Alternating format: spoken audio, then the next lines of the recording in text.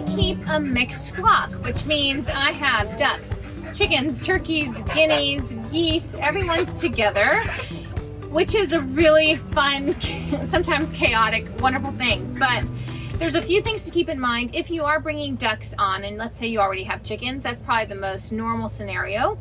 Always make sure to keep them happy that you, first of all, have enough space, enough square feet per bird.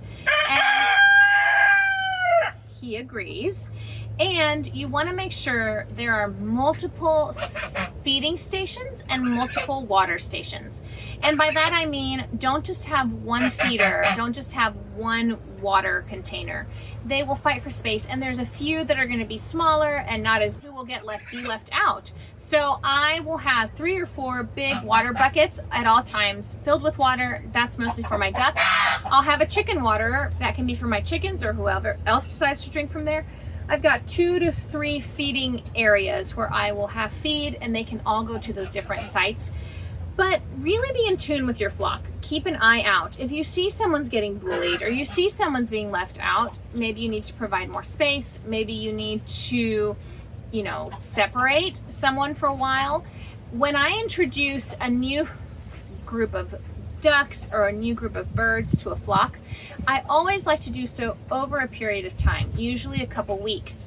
I will put them near each other, whether the new ones are in a separate little run or in a separate little coop, something like a dog crate, a big dog crate inside your run, where they can all see each other and know they're there and kind of get used to the fact that, oh, there's going to be some new family members joining, before you just throw them all in together.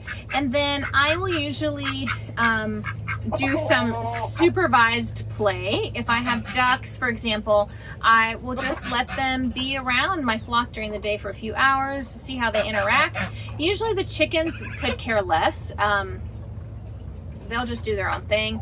If you have other ducks though that are already grown and you're introducing smaller birds, I would say wait till they're about a month where they're big enough and can handle being around larger ducks. So really just watch your flock, watch the dynamics. It can be a little stressful to pull the trigger and let everyone mingle, but as long as you're providing them with enough space, right food, water, nutrition, those sorts of things, they usually are happy and there is no issues. Usually they'll kind of form their own little family groups. As long as you have, let's say, 6 or 7 ducks and just one male. Don't have all males. That is one thing to keep in mind when getting ducks. When I first got them, I kind of got them by default. And I had some people that gave me ducks that they couldn't care for anymore. And when you end up with a lot of males, I have found a drake, which is a male duck, to be far more ornery and aggressive than a rooster has ever been. So the male ducks can tend to try to mate your chickens, your hens. They will try to mate basically anything that moves around them, and they can be very aggressive. And even though a rooster can be aggressive, I feel a drake can be aggressive to the point that your female ducks will be missing like most of the hair on their heads because the male has pinned them down. So keep that in mind. Unless you're really wanting to breed ducks, I wouldn't recommend from the get-go getting males. I think it'll add some unnecessary stress to the dynamics of your flock, especially if you are going to keep a mixed flock with chickens or anything like that. Keep that in mind.